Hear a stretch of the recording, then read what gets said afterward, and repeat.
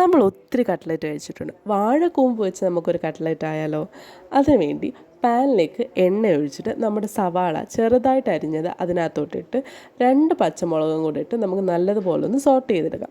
ഇതിനകത്തോട്ട് നമ്മൾ ചെറുതായിട്ട് അരിഞ്ഞ് വെച്ചേക്കുന്ന കൂമ്പും കൂടെ ഇട്ട് നമുക്ക് ആവശ്യത്തിന് ഉപ്പും മുളക് പൊടിയും കൂടി ഇടണം. നമ്മൾ നേരത്തെ 2 പച്ചമുളക് ഇട്ടിട്ടുണ്ടെന്നുള്ള ഓർമ്മയിൽ വേണം മുളക് പൊടി ഇടാൻ.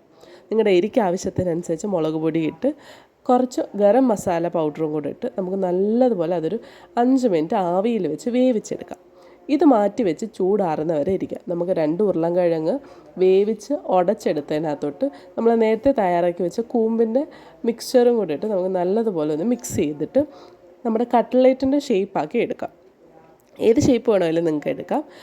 2 മുട്ട നല്ലതുപോലെ ബീറ്റ് ചെയ്ത് അതിനകത്തോട്ട് ഈ കട്ട്ലേറ്റിൻ്റെ അതുപോലെ കോട്ട് ചെയ്തിട്ട് നമുക്ക് എണ്ണയിലിട്ട് നല്ലതുപോലെ ഫ്രൈ ചെയ്തെടുക്കാം. എല്ലാം വേവിച്ചതായതുകൊണ്ട് ഒത്തിരി സമയമൊന്നും എടുക്കത്തില്ല. ആ മുട്ടയുടെ ഇതൊന്ന് മുരിഞ്ഞ് വരുന്നവരെ നമുക്ക് നല്ലതുപോലെ വേവിച്ചെടുക്കാം. അപ്പോൾ എല്ലാവരും ഇത് വീട്ടിൽ ട്രൈ ചെയ്ത് നോക്കണം. വളരെ ഹെൽത്തിയാണ്. കമൻറ്റ്സ് അറിയിക്കണേ. ടാറ്റാ. വീഡിയോ ഇഷ്ടപ്പെട്ട ചാനലൊന്ന് സബ്സ്ക്രൈബ് ചെയ്യണേ. Love you.